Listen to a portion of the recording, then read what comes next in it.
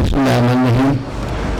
सबसे पहले तो मैं हॉस्पिटल सप्लाई कॉर्पोरेशन का बहुत मशकूर हूँ कि कई सालों से ये हम जो खूनी लोग हैं, खून में काम करने वाले हैं, इनके लिए रिफ्रेश कोर्सेज का इंतज़ाम हर साल करते हैं और खूनियों का बहुत ख्याल करते हैं। और हमारी भी यही कोशिश होती है। जहाँ तक कि आज के प्रोग्राम का ताल्लुक़ है, माशाल्लाह से जितनी भी प्रेजेंटेशन थी उसमें इतनी टेक्निकल चीज़ें आपने सीखी होंगी, मैं तो सिर्फ इसको छोटा सा समराइज़ कर सकता हूँ।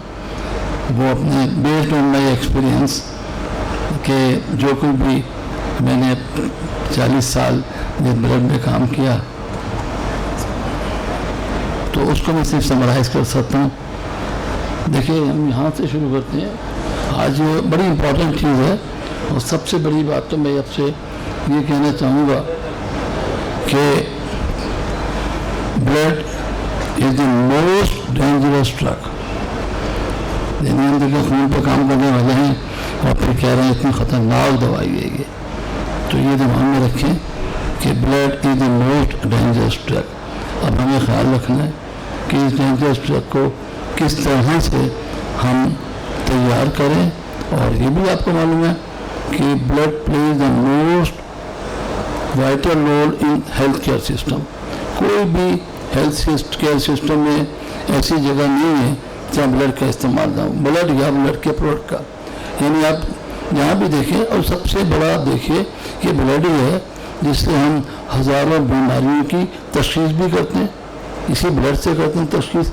तो इसका बहुत बड़ा एक अहम पाइवटल रोल है हेल्थ केयर सिस्टम में। अब जहाँ तक की बात है कि blood in one way is save the life, इसमें कोई शक नहीं है।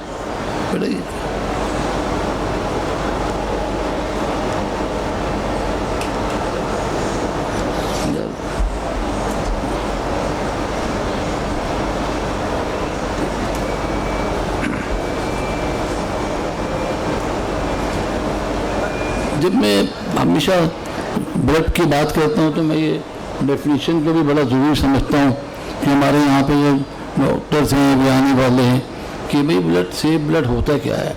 कई मरतबा मैं एग्ज़ाम में बैठा हुआ देख रहा होता हूँ, जब डेफिनेशन पूछी जाती है सेफ ब्लड की तो लोग मुख्तलिफ डेफिनेशन देते हैं। भाई सिंपल सी डेफिनेशन है, हम सब जानते हैं।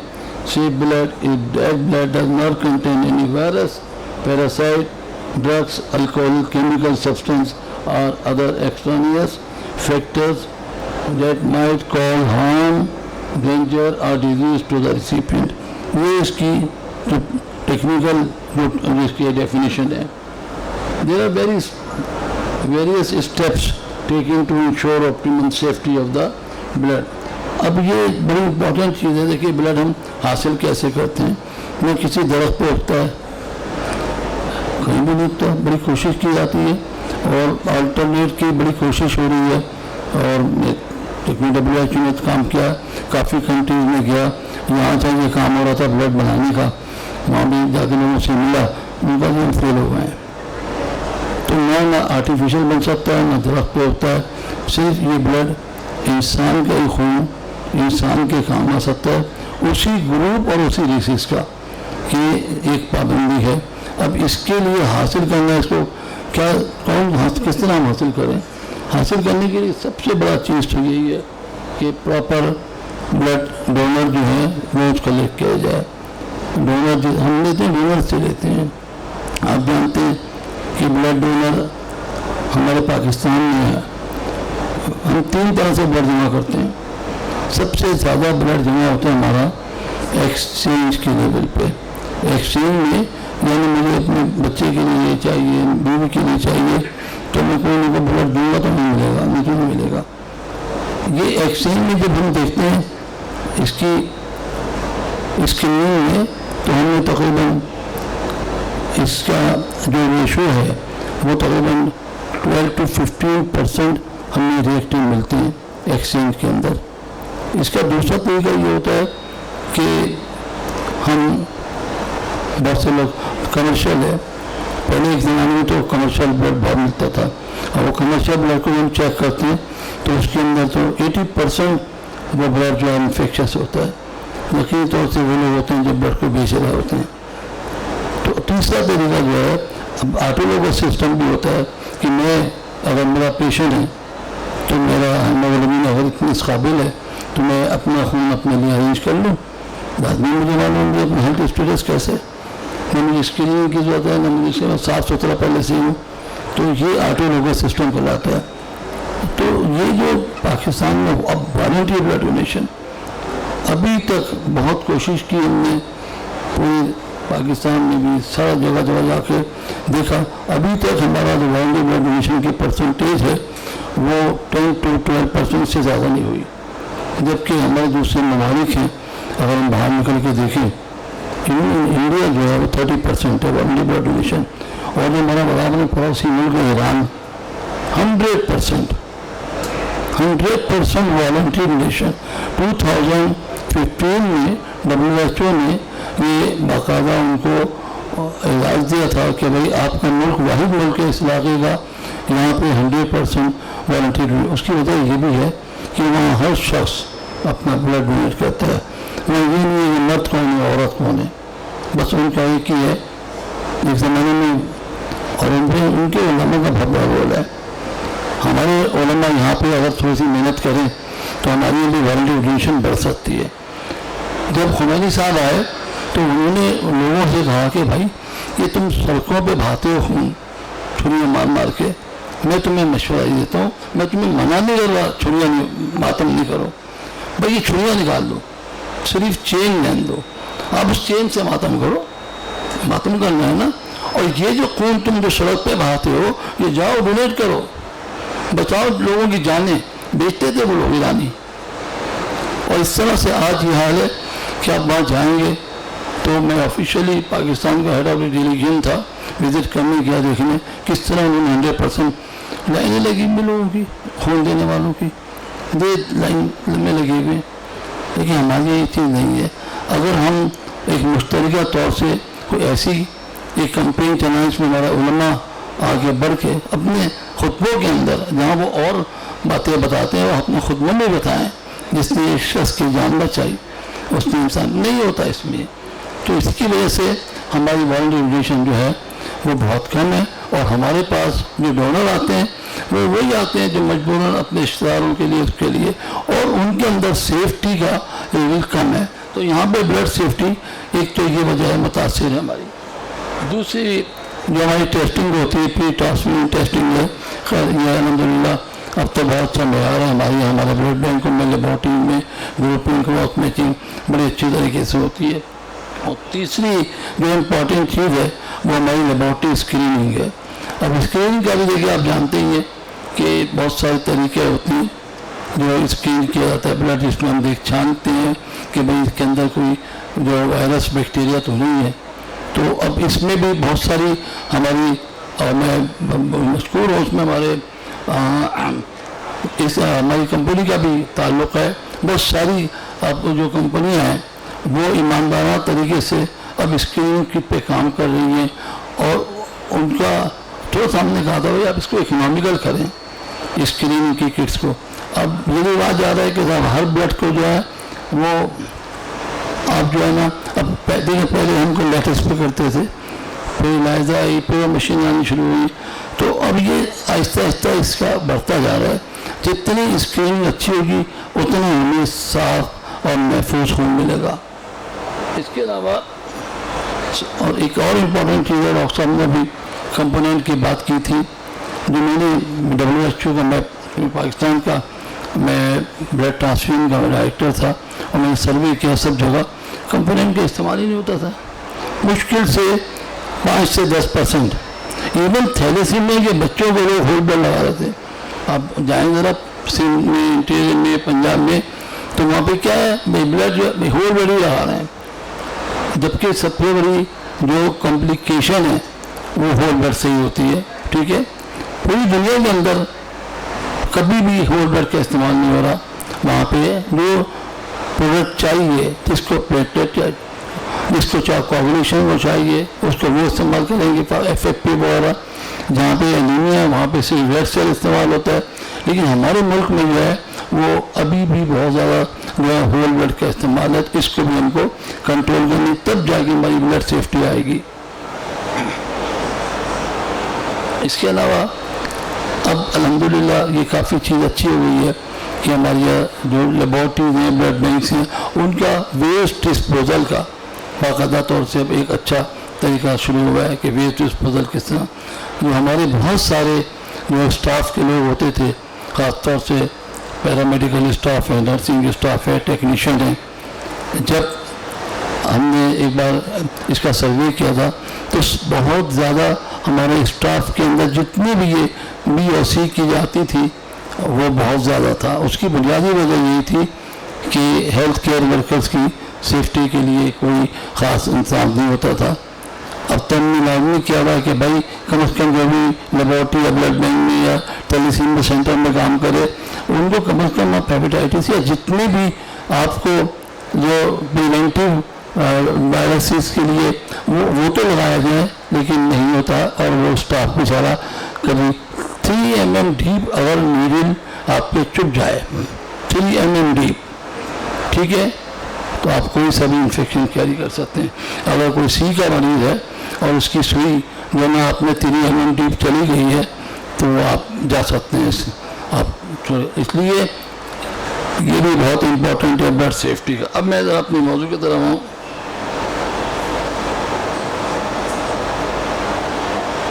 ये भी डॉक्टर साहब ने मेरी काफ़ी मदद की है और इसमें जब भी आपने क्या था ये काफ़ी चीज़ें तो उन्होंने बयान कर दी है, तो मेरा सर से बहुत ज़्यादा कम हो गया। बहरहाल ये सारी बातें डॉक्टर साहब ने बिल्कुल सही बताई है। ट्रांसफ्यूजन का टाइम कितना होना चाहिए, ये वो तमाम चीज़ें हैं जब हम ट्रांसफ्यूजन रिएक्शन से बचने के लिए करते हैं। तो मेरा टॉपिक ट्रांसफ्यूजन रिएक्शन है, तो अगर हम इन सब पे अमल करें तो मैं समझता हूँ काफ़ी रिएक्शन तो यहीं पे कंट्रोल हो जाएंगे।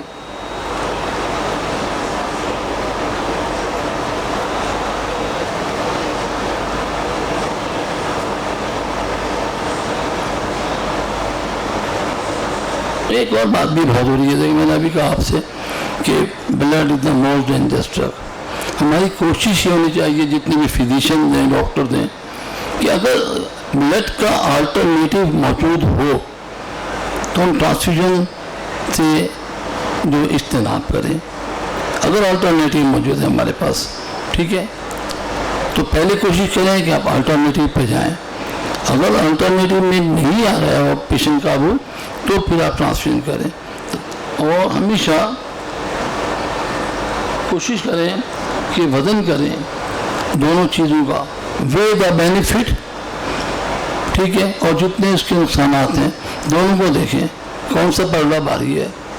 अगर बेनिफिट ज़्यादा है बिल्कुल सही है, फिर आप ट्रांसफ्यूजन करें, और अगर वो पलड़ा भारी नहीं है तो फिर आप बेहतर तौर से अल्टरनेटिव को इस्तेमाल करें।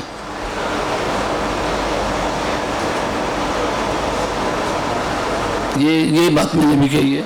What are the benefits involved in the blood transfusion? What are the risks involved in the blood transfusion? Do benefit outweigh the risk? ठीक है, तब हम फैसला करें, ठीक है। और एक और भी चीज़ बहुत इम्पोर्टेंट है कि हम खाली यही सोचते हैं कि भाई इसकी हेमोग्लोबिन कम है, चलो भाई ब्लड लगा लो जाके। ये क्राइटेरिया नहीं होना चाहिए। तो हमें क्राइटेरिया क्या करना चाहिए? Decision to transfuse blood should not be based upon the hemoglobin alone. We should see the state of the cardiovascular. अभी डॉक्टर साहब ने भी ये बात की थी कि जो सवाल किया था कार्डियोवैस्कुलर का, तो इसमें बहुत इम्पोर्टेंट चीज़ है। एक ज़माना था, मुझे याद है, कि कार्डियक सर्जरी के लिए 12 बोतलें खून की मंगवाई जाती थी हुसैनी से, 12 बोतलें खून की जब कार्डियक सर्जरी होती थी। तो बड़ी हम हैरान हो गए, 12, हमारी तो टंकी जो इतनी बड़ी हैवी नहीं अल्लाह ने बनाई, ये 12 बोतलें कौन सी टंकी में डालेंगे। तो मालूम यह हुआ कि बस सर्जरी कार्डियक होनी है, हाँ भाई इतने प्लाज्मा लाओ, इतना होल ब्लड लाओ, इतना पैक्सेल लाओ, इतना ये लाओ, बड़ी मुश्किल होती थी उससे। तो और बाद में फिर जो कॉम्प्लिकेशन होती थी वो इन्हीं पेशेंट में ज़्यादा होती थी। इसके अलावा स्टेज ऑफ द प्रेगनेंसी, ये नहीं है कि प्रेगनेंसी हो रही है वो औरत कमजोर नजर आ रही है, चलो ये खून लगवा दो, नहीं, ठीक। इसके अलावा बहुत सारी बीमारियों में बहुत से डॉक्टर्स होते हैं, निमोनिया होगा, ये होगा, वहाँ पे भी तो ये ज़रूरी नहीं है कि आप इसके अंदर जो है, ठीक है, ऑब्स्टेट्रिक हिस्ट्री देखें पूरी उसकी, और एंटीसिपेटेड डिलीवरी, वाजाइनल सिजेरियन सेक्शन।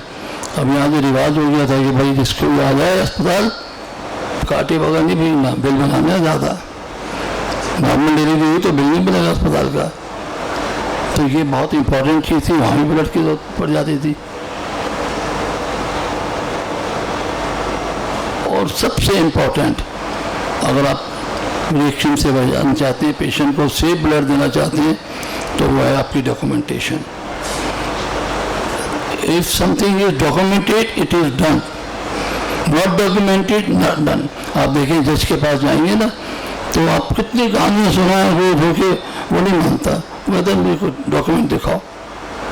इसी तरह से हमें भी चाहिए कि अपने जितनी भी, अब ये ब्लड एक डेंजरस ड्रग है, आप उसकी पूरी एंट्री करें, कितने बजे लगाया, कितना गया, क्या कितना जा रहा है, क्या हो रहा है, सारी चीज़ें को अगर कोई रिएक्शन हो रहा है उसको नोट करें किस टाइप का हुआ है, तो ये डॉक्यूमेंट होना बहुत ज़रूरी है। तो बहुत सारी परेशानी से आप बच सकते हैं। हर पेशेंट का ख़ास तौर से ब्लड के अंदर आप लाजमी करें, उसकी फाइल के अंदर पूरा एक पेज होना चाहिए कि blood transfusion as per advice of the फना साहब, और ये इतना इतना, ये और उसके पर कितने बजे शुरू हुआ, ये होल ब्लड तक क्या चीज़ थी, कहाँ से मंगवाइए। और एक और बात याद रखें कि ब्लड उन ब्लड बैंकों से मंगवाएं जो कि रजिस्टर्ड है गवर्नमेंट के। रजिस्टर्ड ब्लड बैंक वो है जिनमें स्क्रीनिंग का प्रॉपर इंतजाम है, स्टोरेज का इंतजाम है, और वहाँ कोशिश की जाती है डोनर्स भी जो है वॉलंटियर हो। तो जो रजिस्टर्ड ब्लड बैंक है, कभी अपने पेशेंट के लिए आप वहीं से ब्लड मंगवाएं।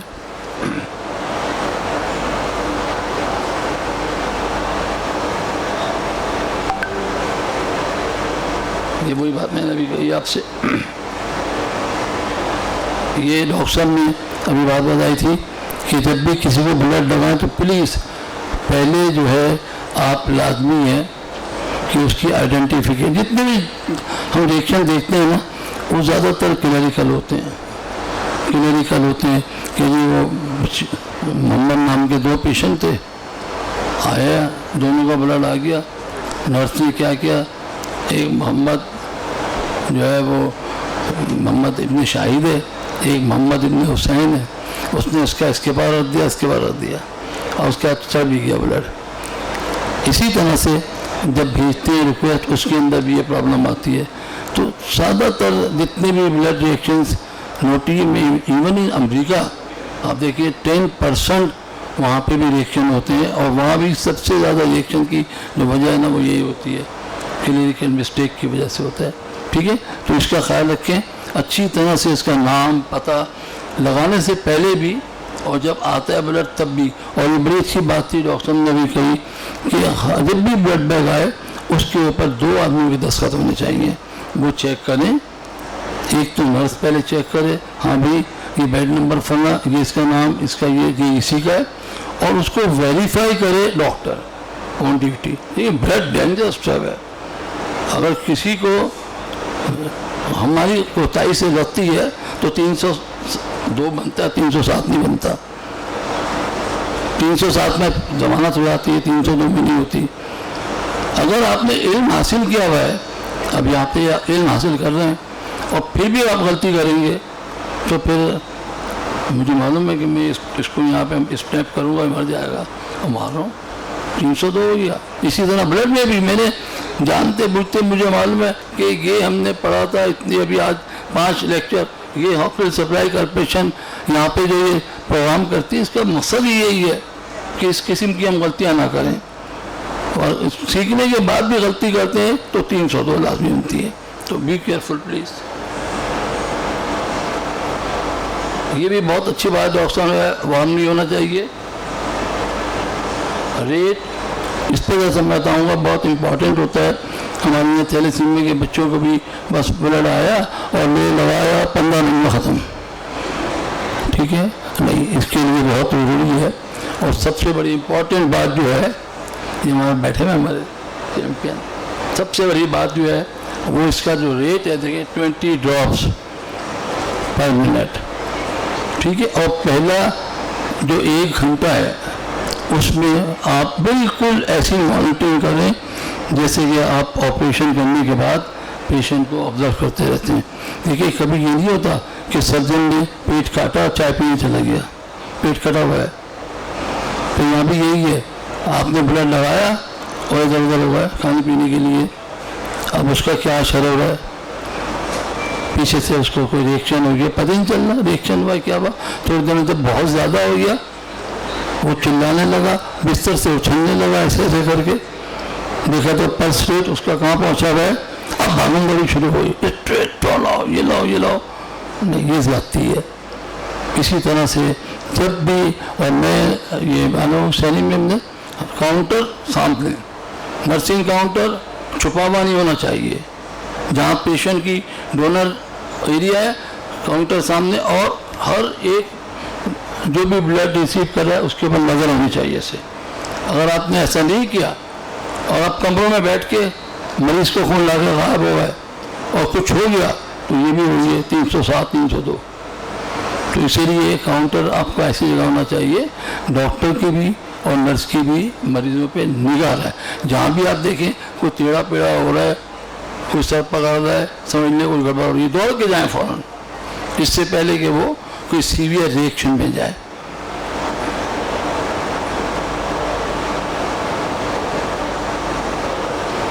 ये तो अभी बात हो चुकी है। देखिए इवन यूएसए में 10% और 49% जो रिएक्शन होते हैं वो होते हैं रॉन्ग यूनिट के इशू होने पे, यानी वही मैंने से कहा कि नाम की वजह से या ब्लड ए का बी को दे दिया, बी का ए को दे दिया, ठीक है। 51% जो होते हैं वो रॉन्ग रिसिपिएंट पे होता है कि आपने किसी को लगा दिया, जैसे मैंने रख दिया ला के और फिर इसको उसको लगा दिया, और 15% जो है मल्टीपल एरर्स होते हैं, ठीक है। तो ये अब रिएक्शन को हम कैसे पता चलेगा कि आप रिएक्शन हो रही है, ठीक है। इसमें आप महसूस करेंगे फीवर, चेंज, ब्लड प्रेशर या तो कम हो जाएगा या ज़्यादा हो जाएगा, और जहाँ पे आपकी आईवी साइड है वहाँ पेन होना शुरू हो जाएगा, ठीक है। बैक में पेन होगा, आप रेस्पिरेटरी स्ट्राइडर शुरू होंगे, खर की आवाज़ें शुरू होंगी, इसके अलावा वीजिंग शुरू हो जाएगी, डार्क यूरिन हो जाएगा अर्टिकेरिया। ये आपकी रिकग्निशन होती है इस चीज़ की कि भाई रिएक्शन हुआ है।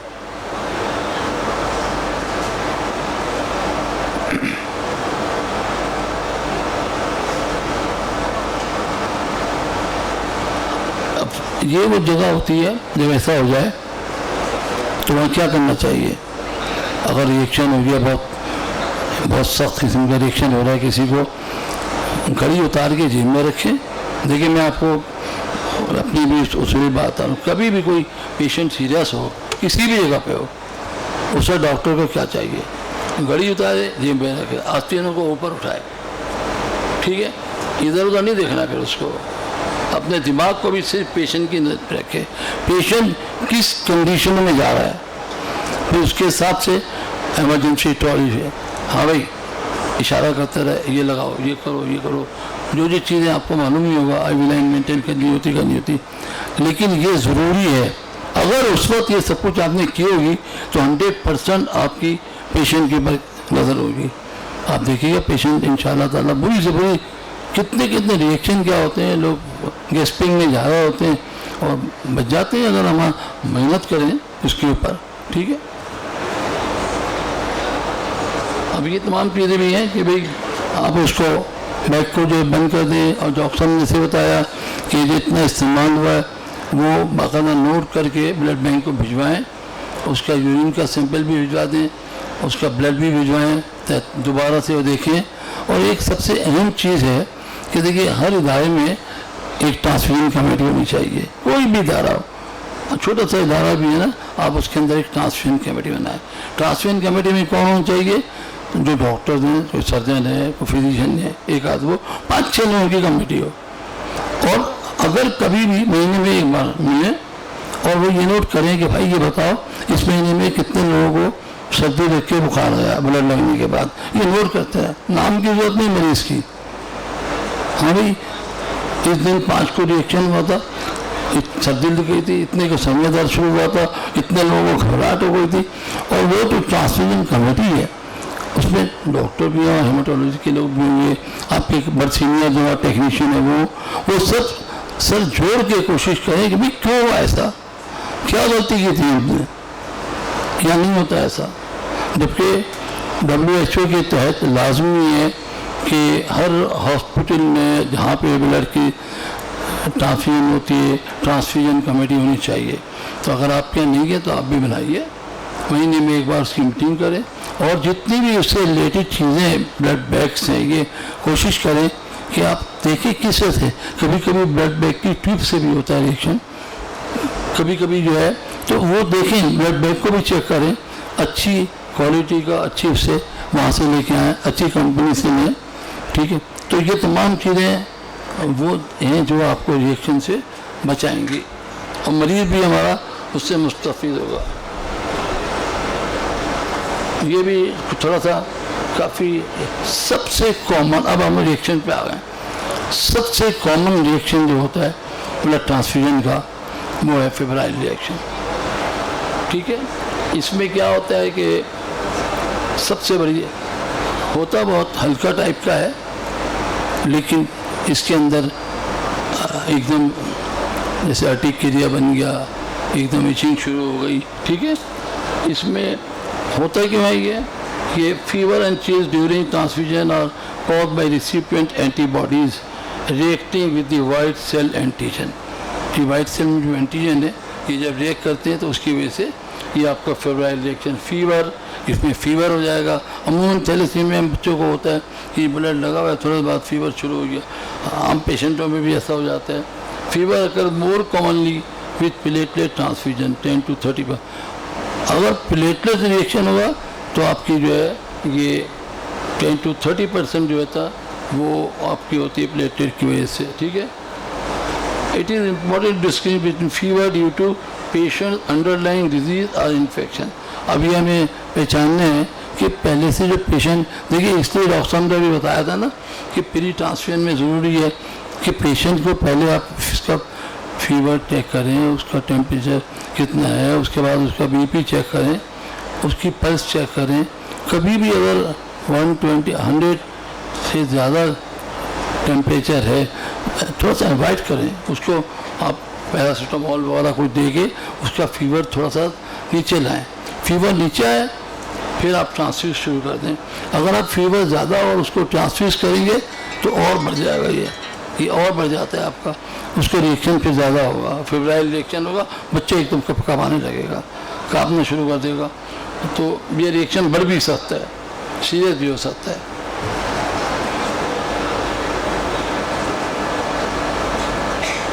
मैनेजमेंट बहुत सिंपल है। अगर कभी ऐसा हो जाता है कि खारिश शुरू हो गई है, दर्द हो रहा है, कुछ भी नहीं करना आपने, पैरासीटामोल, आम पैरासीटामोल, ठीक है।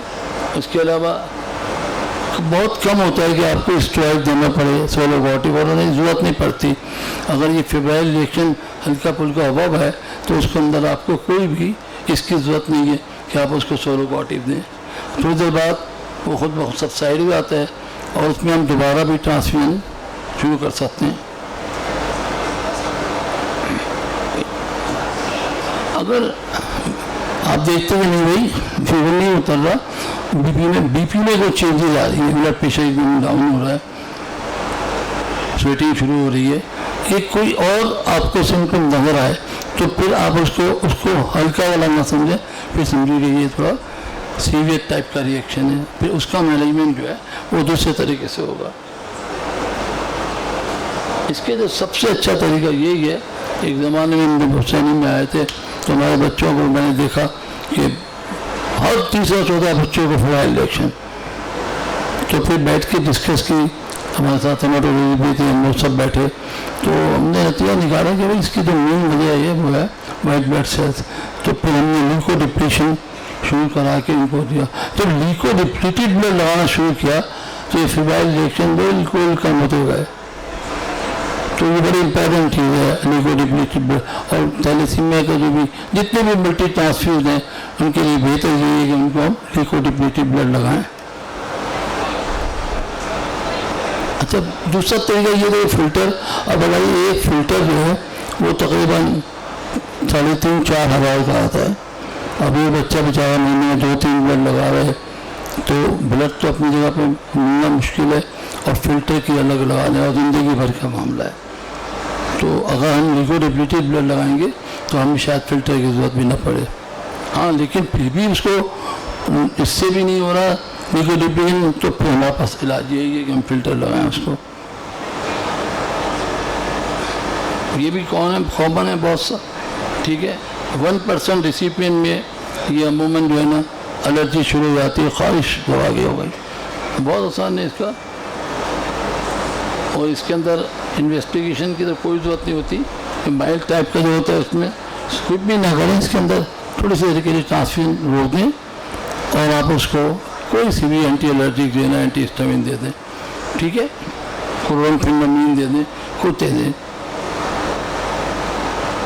अब आ जाए सीवियर, ये है ज़रा ख़तरनाक चीज़ें। इसमें एनाफाइलेक्टिक आता है, पेशेंट का सारा सिस्टम जो है ना कार्डियो रेस्पिरेटरी सिस्टम इसमें इन्वॉल्व हो जाता है। जब कार्डियो रेस्पिरेटरी सिस्टम इन्वॉल्व होता है तो उसका ब्लड प्रेशर वो भी चेंज हो जाता है, एरिथमियास शुरू हो जाते हैं उसको, वो बैक पेन हुआ हो उसको, हेडेक शुरू हो जाते हैं, आँखें सुर्ख होनी शुरू हो जाती हैं। ये सीवियर टाइप की इसको चीज़ें आनी पड़ती है। फिर जब हम चेक करते हैं हाइपोटेंशन, टेकीकार्डिया होगा, पल्स एकदम चेंज, लॉस ऑफ कॉन्शियसनेस, हल्का हल्का पेशेंट जो है ना वो नशे में चले जाते हैं। इसके अलावा कार्डियक एरिथमियास, शॉक कार्डियक, और ज़्यादा देर तक रहे तो वो शॉक में जा सकता है, कार्डियक अरेस्ट में जा सकता है।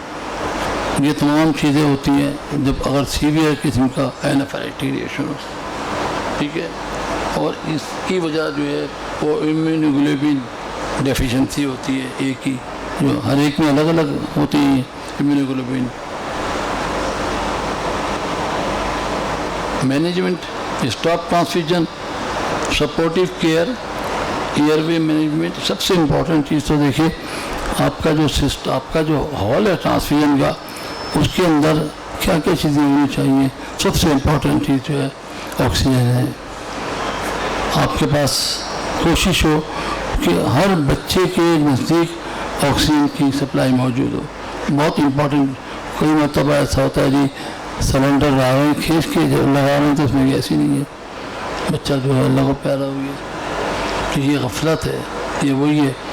तो आप जब भी अपनी ड्यूटी पे जाएं, देखिए मैं आप कहेंगे कि ये तो मैं इस कॉन्फ्रेंस का मकसद यही समझता हूँ कि अच्छी अच्छी बातें आप यहाँ से कुछ सीख के जाएं। जब भी ड्यूटी पे जाएं, जैसे मजदूर होता है ना, पहले वो हथौड़ी चेक करता है, अपनी छेनी चेक करता है, औजार चेक करता है, तब वो अपना काम शुरू करता है। इसी तरह हमें चाहिए जब आप ड्यूटी पे आए, जो भी आप RMO हैं या जो भी है, सबसे पहले एमरजेंसी ट्रॉली चेक करें, उसमें दवाइयाँ हैं या नहीं है, खाली पड़ी हुई है। सिलेंडर चेक करें, उसमें ऑक्सीजन है या नहीं है। बहुत ज़्यादा ये वजूहात होती हैं जो रिएक्शन और ख़राब हो जाते हैं, उसकी वजह यही है। एमरजेंसी ट्रॉली में दवाइयाँ नहीं है, हर दवा होनी चाहिए वहाँ पे, आपका सिलेंडर वहाँ होना चाहिए मौजूद। तो ये तमाम चीज़ें लाजमी हैं अगर हम चाहते हैं रिएक्शन से सेव करने के लिए।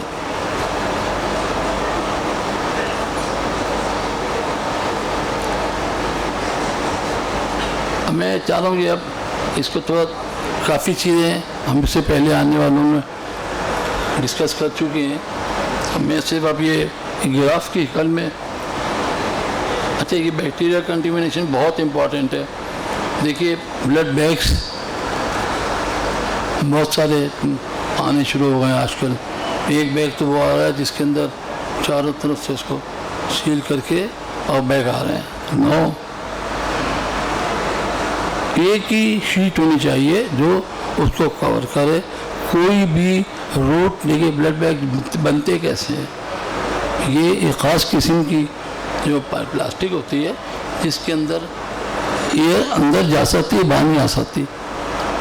ठीक है, ये जितना भी हमारे तेल के कुएँ होते हैं, जहाँ से तेल निकलता है, पहले डीजल निकलता है, फिर तेल होता है, उसके नीचे जो है ना, फिर पहले डीजल, केरोसिन ऑयल, फिर पेट्रोल होता है, उसके नीचे जाते हैं, जो कचरा होता है नीचे कूड़े का, उसको जमा करते हैं।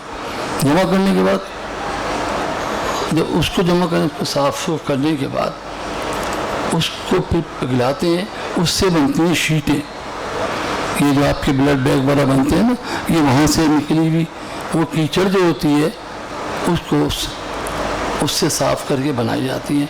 और वो इतनी फाइन प्लास्टिक होती है, बाकायदा बड़े बड़े थान निकलते हैं, और उसके बाद ऑटोमेटिक सिस्टम के तहत वो बनते जाते हैं।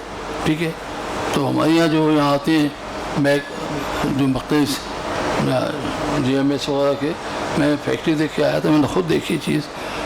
कोई शख्स अंदर अलाउड नहीं होता, सब क्लोज सिस्टम में हो रहा होता है। और उनका जो एंटी कोगुलेंट भी है, वो भी सिंथेटाइज तरीके बन जाता है, सिट्रेट, फास्फेट, डेक्सट्रोज और एडेनिन 1, और उस ऑटोमेटिक तरीके से सबसे जा रही, कोई शख्स अंदर नहीं जा सकता, सब क्लोज सिस्टम में है। ये है सही। लेकिन अब कुछ अर्से के लिए देखा कुछ बैग आने शुरू हुए, जो उन्होंने 2 तय करके जमा रखी है, उसको देखा गया तो काफ़ी लोगों को उससे रिएक्शन शुरू हुए। तो इस चीज़ का ख्याल रखें, जब भी आप ब्लड कंटेनर की भी एक रिएक्शन की सबसे बड़ी सोर्स होती है। ब्लड कंटेनर आप सही इस्तेमाल करें, अच्छा भले महंगा थोड़ा सा, लेकिन मरीज़ से ज़्यादा, उसकी ज़िंदगी से ज़्यादा कोई नहीं है। ठीक, तो उस कंटेनर को सही इस्तेमाल करिए। दूसरे नंबर पे आप ये भी होता है कि कभी ब्लड जो है वो जो ना अवेलेबल रखा हुआ रखा है। एक बार हम अथॉरिटी के साथ में विज़िट पे किया था एक जगह पे, तो हमने ब्लड बैग चेक किए, एक में ब्लू कलर का ब्लड था, ब्लू और ग्रीन कलर का। आप बताइए वो कैसा होगा। अब उन्होंने फ्रिज में रखा हुआ था, वो उस फ्रिज में था जहाँ से ब्लड दे रहे थे। मैंने उनसे कहा, भाई साहब अगर किसी को ये दे दिया तुमने तो इसमें बताओ है क्या चीज़, ब्लू और ग्रीन में क्या होगा बताइए। सूडोमोनास होते हैं, सूडोमोनास। देखिए फ़ौरन, तो यहाँ पे इस चीज़ का भी ख्याल रखना चाहिए, जब भी आप ब्लड बैग लें, ब्लड लगाएं, या उसको अच्छी तरह चेक कर लें। ठीक, उसी से जो हमारा बैक्टीरियल जो है कंटामिनेशन होती है, और ये भी रिएक्शन काफ़ी, इसमें हाई फीवर होता है, आने झटके आने लगते हैं, ब्लड प्रेशर एकदम डाउन हो जाता है, नोज़िया शुरू हो जाता है, और बहुत से लोगों में जो है वो डायरिया और रीनल इम्पेयरमेंट भी हो जाती है। तो ये तमाम कॉम्प्लिकेशंस हैं। तो इसमें ट्रीटमेंट क्या करना है, अगर ऐसा आपका हो जाए तो आपने immediately stop the transfusion, notify the hospital blood bank, फ़ौरन फ़ोन करें, और भाईजान कौन सा ब्लड भेज दिया आपने में, कौन से आपके बड़े बड़े टेक्नीशियन हैं जो इस तरह का काम कर रहे हैं, फ़ौरन नोटिफाई करें उनको, बताएं उनको, देखें क्या गलती हुई है, कहाँ गलती हो रही है। इसके अलावा कोई क्लॉट चेक करें, क्लम चेक करें, डॉक्टर ने भी दिखाया था आपको। इसके अलावा कोल्ड स्टोरेज बहुत इम्पोर्टेंट है। वैसे तो देखिए थैलेसीमिया के बच्चों के लिए हम कहते हैं कि इमीडिएट ब्लड तो नहीं, लेकिन 7 डेज 7 to 14 डेज़ के दरमियान का ब्लड उनके लिए ज़्यादा बेहतर होता है। ठीक है, और आम तौर से हमें मालूम है कि 28 डेज़, वैसे 35 डेज़ है, लेकिन CPD A1 का भी कोई पता नहीं होता कि वो, तो जब तक उसमें सप्लाई जारी है डेक्सट्रोज की और उसके अंदर ऑक्सीजन जा रही है तो चल जाएगा वो 35 डेज़। अदरवाइज़ बेहतर ये 28 डेज़ में आपका ब्लड जो है ना इस्तेमाल कर लेना चाहिए।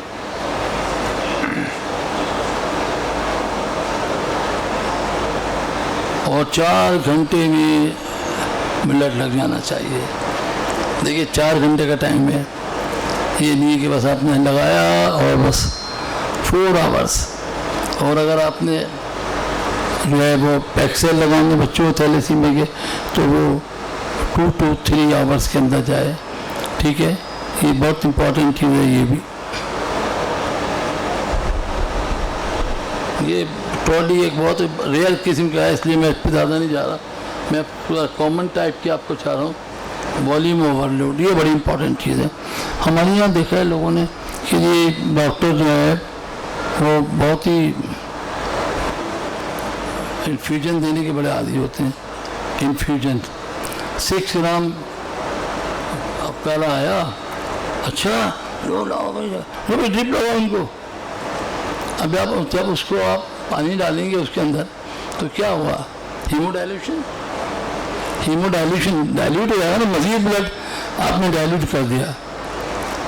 तो जो रेड सेल थोड़ा बहुत काम कर भी रहे थे तो डाइल्यूशन से उनका वो काम भी कम हो जाता है।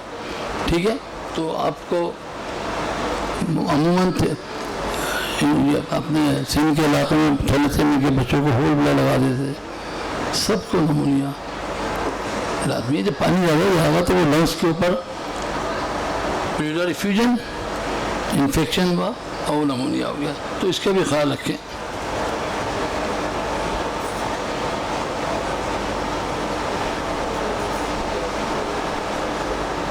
चलिए अब मैं आता हूँ। ये डॉक्टर साहब ने बता दिया था सिट्रेट टॉक्सिसिटी। सिट्रेट टॉक्सिसिटी में लाजमी चीज़ है CPD-A1 है उसके अंदर।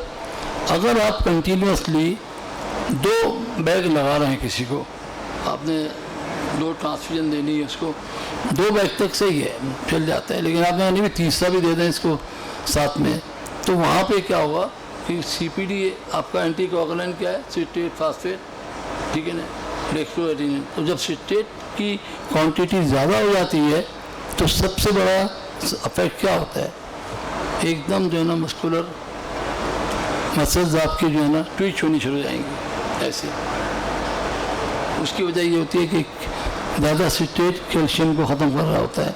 जब कैल्शियम जब टूट रहा होता है बहुत ज़्यादा तो आपको मसल के अंदर जो है ना स्पाम भी पैदा होगा पूरे बॉडी के अंदर। तो इसलिए ज़रूरी है कि जब 2 बोतलों के बाद आपको तीसरी लगानी है तो बेहतर है कि आप उसको कैल्शियम ग्लूकोनेट है, कैल्शियम कार्बोनेट, ये आप साथ में पहले IV दे के फिर तीसरा ब्लड लगाएं।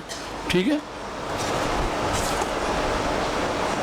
मेरा खाना टाइम ज़्यादा हो गया है ना, बस मैं इसको ख़त्म ही कर रहा हूँ। ये देखें डिलेट, आपको सबको मालूम है कौन से हमारे डिलेट से क्या मुराद है। अरे एक चीज़ ये बता दूँ सा, डिलेट से क्या मुराद है, जो बाद में होता है। अब बाद में क्या होते हैं, HIV हो गया, B हो गया, C हो गया, ये तमाम बाद में होते हैं। ब्लड तो लगा लिया, मानो 6 महीने बाद मानो है कि B हो गया या C हो गया, 10 साल के बाद मालूम है कि जी वो ब्लड लगा था, HIV का पॉजिटिव हो गया। तो ये तमाम ये डिलेड रिएक्शन है। अब एक ये एल्यूमिनाइजेशन, ये क्या होता है। मेरे पास एक बच्चा लाहौर से आया, उसकी माँ ने कहा जी 10 महीने का बच्चा था, माँ ने कहा कि जी ये डॉक्टर साहब थैलेसीमिया डायग्नोज है, हम दोनों में भी माइनर हैं, लेकिन हमने इसको अभी 1 हफ्ते पहले खून लगाया था, 1 हफ्ते बाद देखा तो हम और भी कम हो गई इसकी, फिर दोबारा भी ये हुआ, तिबारा भी ये हुआ। खैर वो कितना कराची आए साहब मेरे साथ मिले, मैंने कहा जी बात सुने, आप ऐसा करें भी ब्लड कोई नहीं लगाएं। देखिए हमारे ब्लड में खाली हमारे ब्लड ग्रुप नहीं है, बहुत सारी एंटीबॉडीज़ भी हैं, बहुत सारी एंटीबॉडीज़ भी हमारे जिस्म के अंदर हैं। अब उसके बच्चे के अंदर जो थे, हमने उसकी एंटीबॉडी टेस्टिंग की तो स्मॉल E उसकी एंटीबॉडी थी। जब उसका एंटीएम जब ब्लड दिया फिर मालूम 1 महीने बाद ब्लड लगता है उसको। ये जो होता है कि आप इसकी वजह से ब्लड हेमोलाइज हो रहा होता है, इस कंडीशन को हम कहते हैं एलो इम्यूनाइज। हमारा अपना खून ही तोड़ रहा है, टूट फूट कर रहा होता है। ठीक है,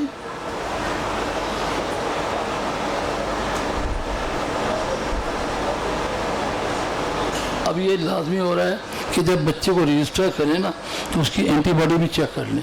पहले हमने दिया इंजेक्शन, अब ये लाजमी कर दिया गया जब भी थैलेसीमिया सेंटर बच्चे को रजिस्टर करे तो उसकी एंटीबॉडी टेस्टिंग भी कर ले और वही ब्लड उसको लगाए। ये भी बड़ी इंपॉर्टेंट है। थैलेसीमिया में बच्चों को खून लगते लगते आयरन इतना ज़्यादा, थैलेसीमिया के बच्चों की मौत वो एनीमिया की वजह से नहीं होती, उनकी कॉज बनती है आयरन एक्यूमुलेशन। जब भी आयरन ओवरलोड बढ़ गया तो ये उनकी कॉज ऑफ डेथ है। आयरन स्प्लीन में गया, स्प्लीन भरी लीवर में गया, लीवर से हार्ट में आया, ब्रेन में भी आ गया, और जब इतनी कंडीशनें हुई तो उसके बाद मौत। तो हमें क्या चाहिए, 1000 या 20 ट्रांसफ्यूजन अगर हो बच्चे को, फ़ौरन उसको हमें चाहिए कि हम आयरन क्लेटिंग ड्रग शुरू करवा दें। डेस्ट्रॉल के नाम से एक इंजेक्शन आता है, वो पंप के ज़रिए दिया जाता है। तो ये बड़ी इंपॉर्टेंट चीज़ है, ख़ासतौर से जो थैलेसीमिया में काम कर रहे हैं, कि जितने भी बच्चे हैं उनको चेक करें। अगर 20 ट्रांसफ्यूजन हो जाती है और 1000 से ज़्यादा, तो आप प्लीज़ उनको फ़ौरन आयरन क्लेटिंग शुरू करवा दें। चलें, इससे जिन बच्चों की आज मेरे पास एक 52 साल के थैलेसीमिया के पेशेंट है, दादा बन गए, बच्चे हो रहे हैं, उनकी सब कुछ सही है, सिर्फ उन्होंने अपनी ये आयरन क्लेटिंग इतनी स्ट्रिक्ट मॉनिटरिंग की कि आज वो इतने बड़े हो रहे हैं माशा। तो ये बड़ी, इनकी पहले लाइफ होती थी 12 साल 13 साल, आज 26-28 साल तक पहुँच गई है, 30 साल पे आ गए हैं लोग, सिर्फ इस आयरन की अच्छी दवाइयाँ आ रही हैं, इसकी वजह से आयरन जो है वो भी बच रहेंगे। ये मैंने बता दिया आपको। और ये बस फाइनली ये 3 बड़ी आसान चीज़ है। 3 टाइप के रिएक्शन होते हैं, माइल्ड, मॉडरेट और एक सीवियर। ठीक है, माइल्ड में क्या होगा जी, साइन क्या होगी, अर्टिकेरिया, रेशिस, सिम्टम क्या होगा, खारिश, पॉसिबल कॉज एलर्जी। क्या करना है, स्टॉप ट्रांसफ्यूजन। ठीक है, assess the patient, antihistamine दे दें, ट्रांसफ्यूजन दोबारा भी शुरू कर सकते हैं और सही हो जाए वो। और अगर इस चीज़ों में काबू नहीं आ रहा तो फिर इसको ले जाएं कैटेगरी। ये माइल्ड है, 3 तरह का होता है, माइल्ड, मॉडरेट और सीवियर। ठीक है, एक होता है इमीडिएट, इंटरमीडिएट और डिलेड। तो ये माइल्ड है। अब दूसरा ये मॉडरेट ट्रांसफ्यूजन रिएक्शन। इसमें क्या होता है, साइन क्या है, flushing, urticaria, Raigar, fever, restlessness, tachycardia, ये जो भी हमने बताया उसकी एक समरी है। सिम्टम में क्या होगा, anxiety, प्रोराइटिस, palpitation, mild dyspnoea, headache. Possible क्या होगी, एलर्जी। ठीक है, febrile non hemolytic transfusion reaction की वजह से होगा, एंटीबॉडीज टू वाइट सेल होगा। ये वजूहत होती हैं। क्या करें इसमें, stop transfusion and maintain IV line with normal saline. Normal saline से फ़ौरन आप जो है ना इसकी लाइन मेंटेन कर लें। कॉन्टेक्ट मेडिकल ऑफिसर, अगर आप लोग ड्यूटी पे डॉक्टर को फ़ौरन बुलाएं, यहाँ पे आपका काम ख़त्म है, डॉक्टर को बुलाना ज़रूरी है। कॉन्टेक्ट द पेशेंट भी रिक्वायर एंटी हिस्टामिन, पैरासीटामोल दे दें। Further investigation management according to clinical feature. Investigation require complete transfusion reaction form, very important, एक कंप्लीट ट्रांसफ्यूजन रिएक्शन। हाँ, जहाँ हमने ट्रांसफ्यूजन कमेटी की बात की थी, वहाँ आपके पास ट्रांसफ्यूजन रिएक्शन का फॉर्म लाजमी होना चाहिए। छोटा सा भी ट्रांसफ्यूजन हो तो आप उसका फॉर्म ज़रूर भरें। ठीक है, उसको भर के आपने ये नहीं है सिर्फ वो उसको अपने पास एक क्वांटिटी रखें। ठीक, बस लास्ट है जनाब,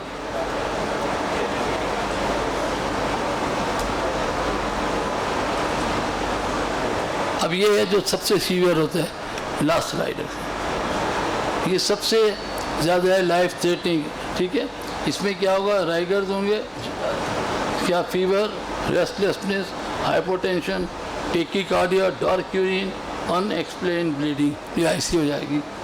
सिम्टम में क्या होता है, anxiety, chest pain, pain in infusion site, respiratory distress, loin back pain, headache, dyspnoea.